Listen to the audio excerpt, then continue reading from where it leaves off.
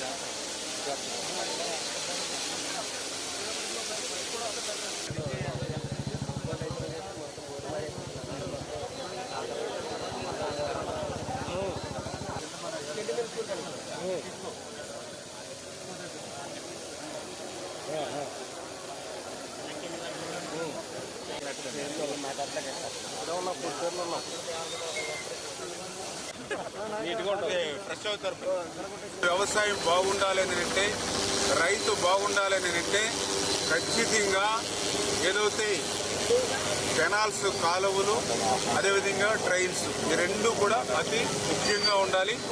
ఈ రెండు కూడా ప్రతి సంవత్సరం కూడా మెయింటైన్ చేసుకుంటూ ఉండాలి. దురదృష్టం గత ప్రభుత్వంలో 5 సంవత్సరాల జగన్ పాలనలో ఏదైతే కాలువలు తట్ట మట్టి కూడా తీయనటువంటి పరిస్థితి లేకపోవడంతో శివారు ప్రాంతాలకి నీరు అందనటువంటి స్థితి చూసాం. అదేవిధంగా డ్రైన్స్లో తట్ట మట్టి కూడా తీయకపోవడంతో మరి ఏదైతే చిన్నపాటి వర్షానికి కూడా వేలాది ఎకరాల ఆయకట్టు ముంపుకు గురవడం చూసాం. ఏప్రిల్ నెలలో ఆ కాలువల మీద, డ్రైన్ల మీద ఎస్టిమేషన్లు వేసి టెండర్లు పిలిచి వర్క్ ఆర్డర్ ఇచ్చి మే నెలలో పనిచేస్తారు ఈ తూడు గురబడెక్క నిర్మూలన కోసం. ఎందుకంటే మే నెలలో టెంపరేచర్ ఉంటుంది, ఆ వాతావరణం అనుకూలిస్తుంది, తొందరగా ఆ కలుపును నివారించుకోవచ్చు. కానీ దురదృష్టం జగన్మోహన్ రెడ్డి అసలు వర్క్ ఎస్టిమేషన్లు కానీ, అగ్రిమెంట్లు కానీ పని చేయించడమే మర్చిపోయినటువంటి పరిస్థితి, దుస్థితి.